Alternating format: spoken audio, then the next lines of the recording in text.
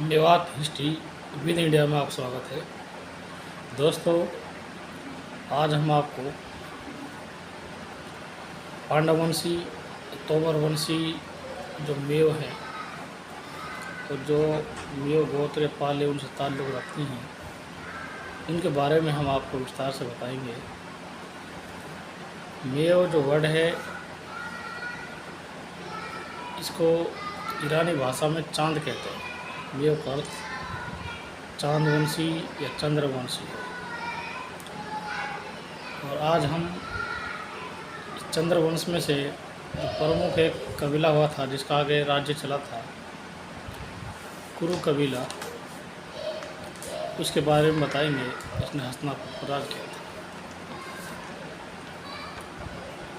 और आपको हम ये थोड़ा पीढ़ी दर पीढ़ी एक चीज़ विस्तार से बताएंगे।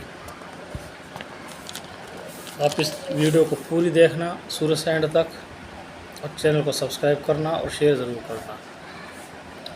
चंद्रवंश के ख़ानदान में मशहूर शख्सियत का मालिक राजा हस्तिन पैदा हुआ, जो गंगा किनारे हस्तिनापुर के नाम से उसने शहर बसाया और उसी को अपनी राजधानी बनाया और उस पर राज किया। राजा हस्तिन के 3 बेटे थे, जिनसे 3 शाखें चली है। उसका बड़ा बेटा अजमेद था। अजमेद को राजगद्दी मिली, क्योंकि उस ज़माने में जो बड़ा बेटा होता था उसको राजगद्दी पर बिठाया जाता था। राजा हस्तिन के 3 बेटे थे। नंबर 1 अजमेद, नंबर 2 दिवमेद, नंबर 3 पुरुमेद। अजमेद की औलादें पंजाब और सिंधु नदी के आर पार आबाद हुई, तथा दिवमेद तथा पुरुमेद की जो औलादें हैं वो यहाँ से पलायन कर गई। अजमेद हस्तिन का बड़ा पुत्र होने की वजह से गद्दी पर बैठा। राजा अजमेद की बीवी से 5 बेटों की औलादें का हाल मालूम है। इनमें से एक ने पंजाब में कंपिला नगर आबाद किया, तथा दूसरे ने पांचाल शाखा राज्य कायम किया। अजमेद की 4थी पीढ़ी में राजस्व नामक राजा हुआ। इसने सिंधु नदी के भूभाग पर अपना राज्य बनाया और उस पर राज किया। इनके वंशज आज भी और पहले प्राचीन ज़माने में अजमेद कहलाने लगे। अजमेद के नाम के वजह से ही जो इनका पूर्वज था, उसके नाम की वजह से ही ये अजमेद कहलाए जाने लगे, और बाद में ये फिर मेद कहलाए जाने लगे। इस वंश में आगे चलकर रित नामक एक राजा हुआ। रित के पुत्र श्रवण हुए और श्रवण के पुत्र कुरु हुआ, तथा कुरु से ही कौरव वंश चला। इन्हीं के नाम से कुरु प्राचीन भारत के 16 महाजनपदों में से एक जनपद था, और बड़ा सम्मानजनक साम्राज्य था। इन्हीं के नामों से, अजमेद के नाम से ही मेड साम्राज्य विश्व के प्राचीनतम साम्राज्यों में से एक था। और ईसा अलैहिस्सलाम से भी पहले मेद शासक अगस्त्याशा द्वारा आसुरियन साम्राज्य को हराकर और उस पर विजय प्राप्त करके आर्यों का शासन पुनर्स्थापित किया गया था। अजमेद के नाम पर उनके वंशज मेद कहलाए। मेडिया साम्राज्य बेबीलोन के साम्राज्य तक फैल गया। तो हम अपने मेन इशू पे आते हैं, मेन चैप्टर पे आते हैं, जहाँ से हम स्टार्ट किया है कि हमें पांडव वंश से लेकर अब तक जो ये हैं उनका हमें आपको विस्तार से बताना है। चंद्रवंशी मेववंशी थे, और फिर हम रिस्टार्ट करते हैं वहीं से। इसमें जो हमने आपको बताया था, कुरु तक हमने हाल बताया था। जो कुरु का बेटा आगे हुआ था उसका नाम प्रतीक था। प्रतीक से आगे जो राजा हुआ था उसका बेटा शांतनु था, और शांतनु का एक बेटा था देवव्रत, जिसको भीष्म पितामह कहते हैं। लेकिन भीष्म पितामह ने आजीवन बाल ब्रह्मचारी रहने का व्रत था। तो उसके पिता ने दूसरी बीवी की थी सत्यवती, उससे एक पुत्र हुआ था चित्रांगन। चित्रांगन के बाद विचित्रवीर्य हुआ, और विचित्रवीर्य के 2-3 पुत्र हुए, जिनमें से जो राजगद्दी मिली वो मिली पांडु को, क्योंकि उसका बड़ा बेटा धृतराष्ट्र अंधा था। तो पांडु की मृत्यु हो गई, तो पांडु के बाद धृतराष्ट्र बैठा गद्दी पर, और धृतराष्ट्र के समय में ही पांडु के पुत्र बड़े हुए, धृतराष्ट्र के पुत्र भी बड़े हुए, और राजगद्दी को लेकर अन्याय और न्याय की लड़ाई छिड़ गई, जिसमें से ये बहुत बड़ी आलमी जंग महाभारत के नाम से प्रसिद्ध हुई। जंग के बाद पांडवों को विजय मिली तो फिर राजा बना युधिष्ठिर। युधिष्ठिर के बाद परीक्षित। तो पीढ़ी दर पीढ़ी मैं आपको बताऊंगा कि उस पीढ़ी से लेकर आज तक इन वंशजों का, इन जो मेवपाल है, इनका क्या ताल्लुक है। युधिष्ठिर के बाद जो राजा बना वो बना था अर्जुन के बेटे अभिमन्यु का जो बेटा था परीक्षित, यानी कि परीक्षित राजा बना। और परीक्षित को बताते हैं कि वो अकाल मृत्यु को प्राप्त हुआ। तो परीक्षित के बाद जो राजा बना था वो बना था जन्मेजय। जन्मेजय के बाद उसका पुत्र अश्वमेध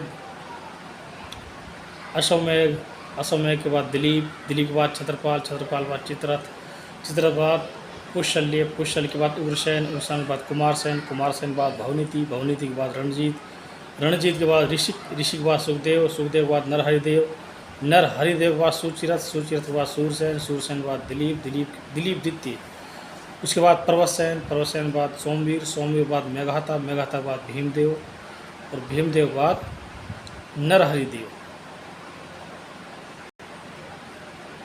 भीमदेव के बाद बना है नरहरिदेव के बाद पूर्णमल के बाद कर्दवीन के बाद आपभीग के बाद उदयपाल के बाद युधनपाल दयात्रा के बाद भीमपाल के बाद क्षेमक के बाद अंछामी के बाद पुरसेन के बाद विसर्वा के बाद प्रेमसेन के बाद सजरा के बाद अभयपाल के बाद वीरसाल के बाद अमरचूड़ के बाद हरिजीवी, उसके बाद अजीतपाल के बाद श्रवधन के बाद वीरसेन के बाद महेशदत्त के बाद महानेमी के बाद समुद्रसेन के बाद शत्रुपाल के बाद धर्मध्वज के बाद तेजपाल के बाद वालीपाल के बाद शाहपाल और शाहपाल के बाद देवपाल के बाद गोविंदपाल और गोविंदपाल के बाद हरिपाल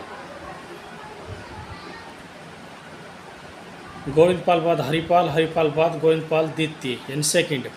उसके बाद नरसिंहपाल, फिर अमृतपाल, प्रेमपाल, हरिश्चंद्र के बाद महेंद्रपाल के बाद छत्रपाल, उसके बाद कल्याण सेन, केशव सेन, गोपाल सेन, महाबाहु, भद्रसेन, सोमचंद्र, गोपाल, नारायण, भानुपाद, पद्मपाद, दामोदर सेन, चतुरसाल, महेशपाल और ब्रिगजसेन, अभयपाल, सुखराज, उसके बाद तुंगराज। और इस तुंगराज की वजह से ही, तुंगपाल के नाम से ही जो उसके बाद उनके वंशज हुए हैं वो तोमरवंशी या तोमरवंशी कहलाते हैं। और अनंगपाल तोमर में भी दो चीज़ें हैं। एक तो अनंगपाल प्रथम हुआ है जिसने दिल्ली शहर को, इंद्रप्रस्थ को दोबारा से आबाद किया था। और एक इसके बाद जो हुआ था अनंगपाल तोमर फर्स्ट। अनंगपाल तोमर है लास्ट वाला, जो पृथ्वीराज चौहान के ज़माने में था, दिल्ली का शासक था और उसने अपना शासन पृथ्वीराज चौहान को सौंप दिया था। तो जो मेव है वो अनंगपाल प्रथम जो है जिसने दिल्ली की पुनर्स्थापना की थी उसके वंशज हैं।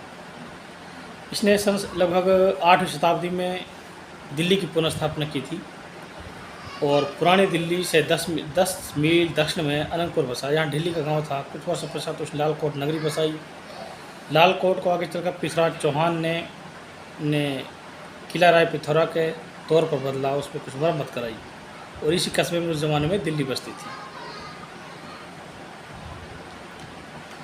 और अनंगपाल तोमर से आगे हम आपको बताएं कि जो अनंगपाल तोमर था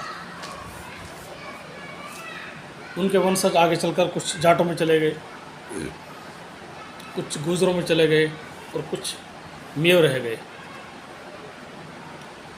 तो इनमें से अनंगपाल तोमर बाद एक सहपाल हुआ है। सहपाल के ससर है, ससर के नल है और नल से ही न्याव उर्फ लाड़ा, और लाड़ा से ही लड़ावत यानी बाघ घोड़े पाल चली है। और इसी सहपाल का दूसरा है वो साना है, साना से रट्टू हुआ है, रट्टू से रटावत पाल चली है। जो रटावत पाल है, ये रटावत पाल भी तोमर वंशी पाल है और अर्जुन के ये वंशज है रटावत। और उसके बाद है कौरपाल। इसमें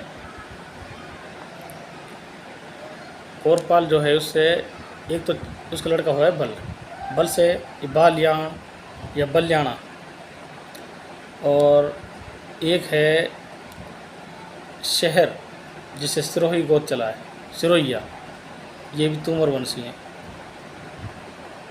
और एक है मग, मग से मंगरिया चला है। और फिर उसके बाद एक और है बड़ंगपाल, असाटकाल, कहर, कहर स्टेट और सवार राणा उर्फ बाला राणा। उसके बाद लाख राणा, लाख राणा के बाद होगा काकू राणा बालोद।